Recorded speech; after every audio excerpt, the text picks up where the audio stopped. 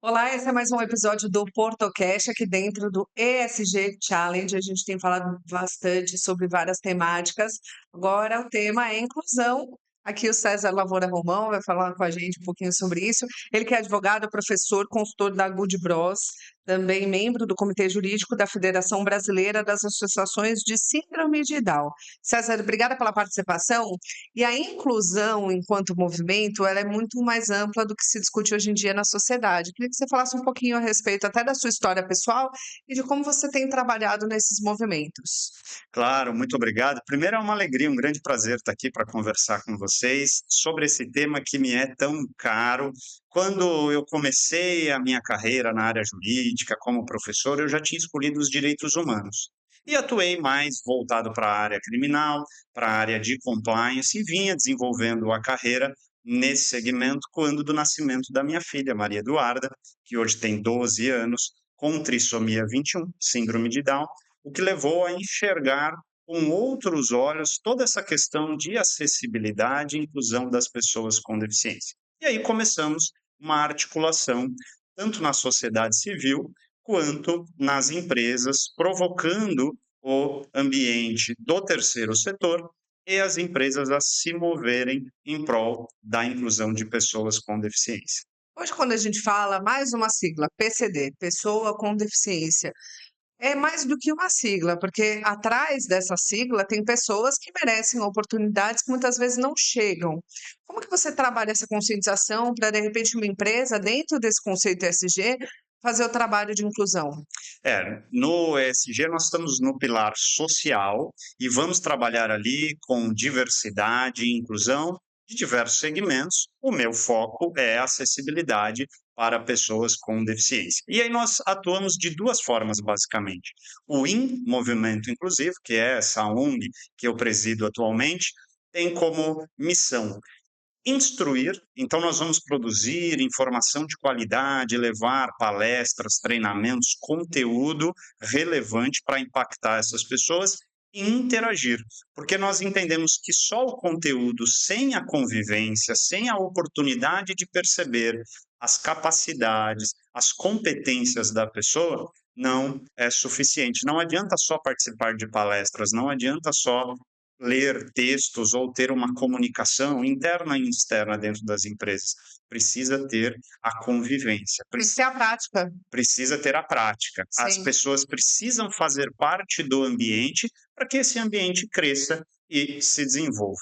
Até é interessante, porque eu trouxe um dado que eu pesquisei. Segundo o levantamento do Ministério da Saúde, o último, aliás, a respeito de síndrome de Down, divulgado em 2019, uma a cada 700 crianças que nascem acabam tendo essa condição, totalizando aí cerca de 270 mil pessoas com síndrome de Down no país. Acredito que esse número seja muito maior agora em 2024.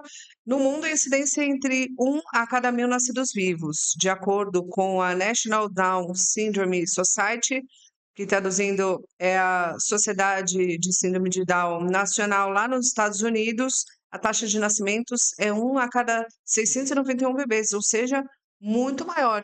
Só que a gente vê que os Estados Unidos já trabalham de uma outra forma. Como trazer esses bons exemplos para o Brasil? Os números existem, as pessoas estão aí, só que por décadas elas foram escondidas, elas foram segregadas, muito por falta de condição da família de perceber uma sociedade inclusiva. Então, a família, com todos os receios do enfrentamento da inclusão, acabava deixando essas pessoas dentro das suas casas ou em instituições específicas. Com o avanço da educação inclusiva, nós temos a convivência já na primeira infância, no ensino fundamental, e essas pessoas se desenvolveram. Hoje, se nós olharmos para aqueles jovens adultos de 18 a 30 anos que estão na sociedade, estão com plena capacidade de trabalho, de desenvolver suas habilidades nos diversos segmentos sociais. E temos visto muitas empresas com bons exemplos de pessoas com deficiência trabalhando e cumprindo o propósito de inclusão social da organização. Sem também falar que cumprem uma cota. A lei estabelece ali dentro de todas as deficiências, não é? Que a empresa com mais de 100 colaboradores tem que contratar sob pena de multa. Então, para cumprir essa cota, nós podemos olhar também para as pessoas com síndrome de Down, que tem uma característica muito interessante. Se olharmos para essas que receberam a educação, se olharmos para essas que receberam os estímulos adequados, nós vamos perceber uma facilidade de observância de rotinas. Então, para aquelas tarefas rotineiras, que são habituais, que muitas vezes nós, pessoas típicas, ficamos de maneira cansativa, enfadonha para aquela atividade, nós percebemos que para outras pessoas, sejam com trissomia 21, seja dentro do espectro do autismo, a rotina deixa a pessoa mais tranquila, porque a função ela é previsível, então vão muito bem nessas atividades. E as empresas que perceberam isso, usam dessa mão de obra e conseguem maior produtividade nos segmentos específicos. Eu acredito que não é só cumprir a cota. Acho que isso é muito importante, porque às vezes você tem uma empresa que ela vai lá, cumpre a cota e aquele colaborador, ele não cresce, ele não tem uma oportunidade, muitas vezes ele tem a capacidade necessária. A gente está falando de não só síndrome de Down, mas de N limitações, N questões que se enquadram no PCD e muitas vezes falta um plano de carreira. Você não acredita nisso? Eu acredito e vejo isso todo dia, como consultor, como um advogado que atua nessa questão diretamente da empregabilidade de pessoas com deficiência, e você está certíssima ao dizer que não é só a cota. Nós temos que criar uma mentalidade inclusiva, entendendo que a cota é um mínimo razoável. Lógico. A cota é aquilo estabelecido pela lei como uma ação afirmativa para reparar uma distorção histórica que segregou essas pessoas por décadas. Então, partindo da premissa de que é o mínimo necessário, nós vamos ter uma mentalidade diferente. Agora, muitas empresas, e aqui a gente precisa compreender que é uma questão estrutural, há toda uma necessidade de apoio na educação, de apoio na saúde, de apoio de políticas públicas para que a empresa possa cumprir cota.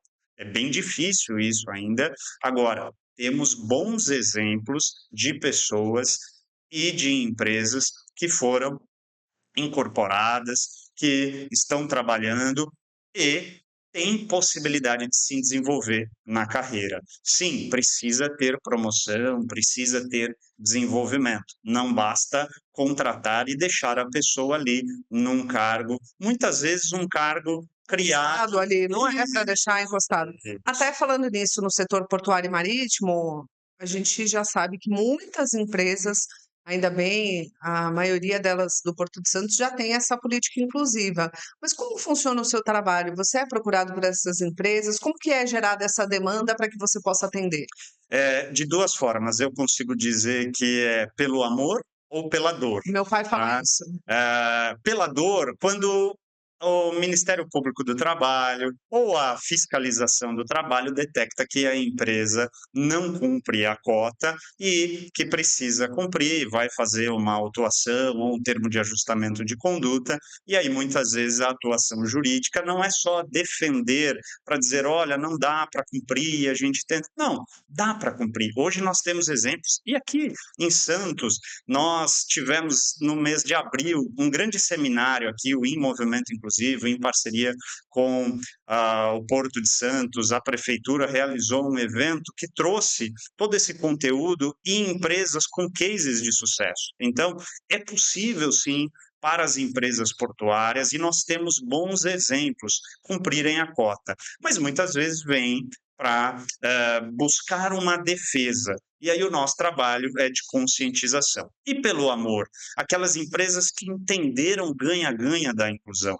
Porque hoje nós temos estudos de consultorias de renome, a Accenture, a McKinsey, demonstrando que existem indicadores positivos de se ter uma empresa inclusiva, de se ter colaboradores com deficiência na equipe.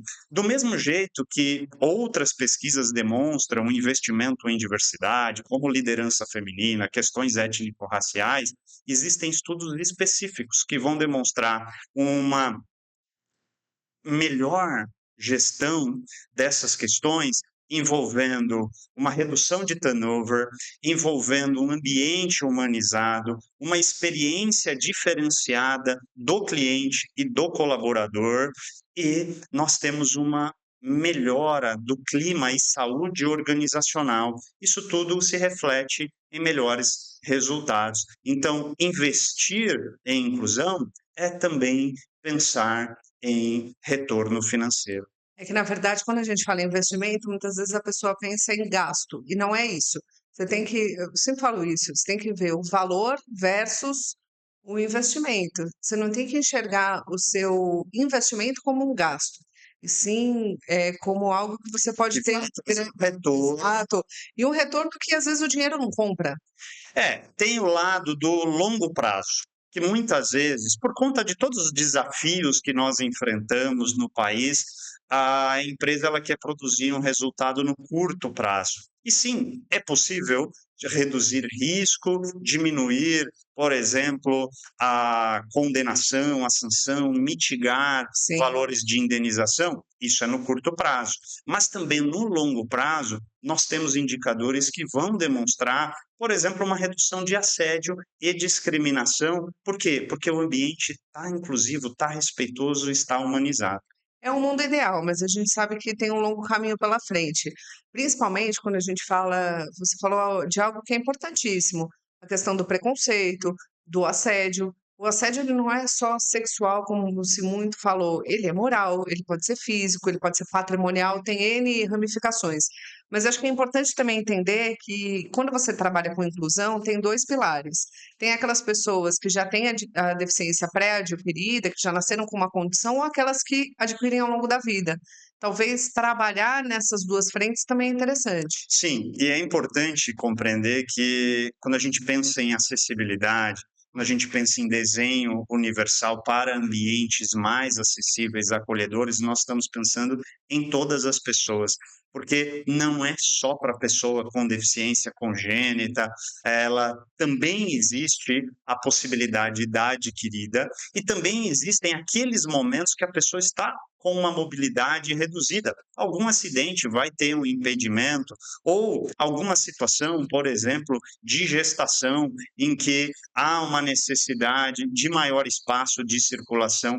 Então, pensar em acessibilidade, pensar em desenho universal, é pensar em algo para todas as pessoas, para algo que possibilite uma convivência, um desenvolvimento que melhore a vida de todos. É que muitas vezes quando se fala em acessibilidade, até na minha humilde opinião, o símbolo da deficiência, ele é equivocado, ele é uma pessoa com uma cadeira de roda. E não é só esse tipo de acessibilidade, você tem a acessibilidade tátil, você tem acessibilidade em braille, você tem N, a gente ficaria aqui a tarde inteira falando porque são N ramificações. Isso, quando a gente pensa em acessibilidade, a gente pensa em dimensões de acessibilidade. Exato. A comunicacional, não é só arquitetônica, mas existe a atitudinal e nós temos a programática, a metodológica, que vai refletir em várias estratégias. Mas o símbolo que é popularmente utilizado, eles nos representa. É importante dizer que há toda uma construção histórica para a Sim. disseminação daquele símbolo e que hoje ele representa bastante todo o movimento.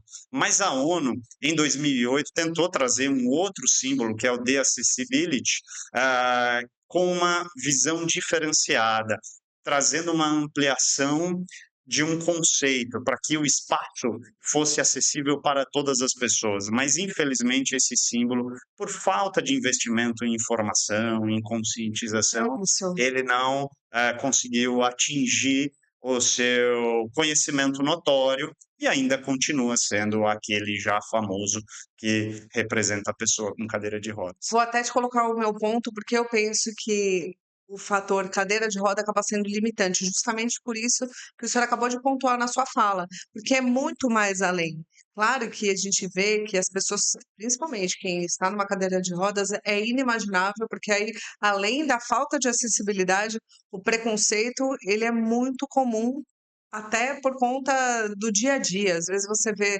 pessoas eu estive nessa condição temporária que você citou, sofri um acidente de carro e fiquei numa cadeira de roda um tempo e via o quanto as pessoas têm um olhar preconceituoso, mas vai além, é o dia a dia, é a luta, é a conquista, é o trabalho, e isso muitas vezes falta o público em geral ter essa consciência. Sim, quando a gente lida com pessoas e promove a inclusão de pessoas com deficiência física, cadeirantes, no ambiente de trabalho, é muito comum a gente ver, e existe até uma frase que, infelizmente, ainda é uma realidade: a cadeira é o cartão de visita. Chega primeiro a cadeira do Isso que é a ruim. pessoa com as suas capacidades, com as suas habilidades. E como professor no ensino superior, eu já dei aula para muitas pessoas com deficiência física e outros tipos de deficiência Claro. também, pessoas com a sua competência, com a sua capacidade, mas que ainda sofrem a barreira do capacitismo. O que é o capacitismo? É o preconceito que recai sobre as pessoas com deficiência, que julga a sua capacidade em razão da característica. E aí, muitas olham e pensam: puxa, coitadinho, ele tem uma deficiência. Não, mas ali tem uma pessoa que tem formação superior, que tem MBA, que fala 4, 5 línguas e que tem Tem uma plena vivência de capacidade. vida. Sim, e pode contribuir muito com a organização, mas ainda se olha apenas para a deficiência. Como temos o etarismo também, que é muito presente, infelizmente, falávamos isso no setor portuário, acaba não sendo tão forte, porque às vezes até um dos entrevistados falou que é um movimento inverso. Às vezes tem empresas que preferem aquelas pessoas mais velhas que julgam que elas têm a experiência necessária para aquele cargo. Mas eu acho que a grande barreira hoje, falamos muito de ESG, da questão social, da questão. Os três pilares são interligados, mas de trazer um pouco menos para o discurso e mais Para a para a prática, realidade. sim, colocar em prática. E aí temos algumas estratégias. Como é que a gente trabalha na consultoria? Primeiro, formando um comitê. Precisamos formar um grupo de afinidade que vá perceber e trazer questões dentro da cultura organizacional. Precisamos ter uma pessoa que vai ser o ponto focal dessas temáticas.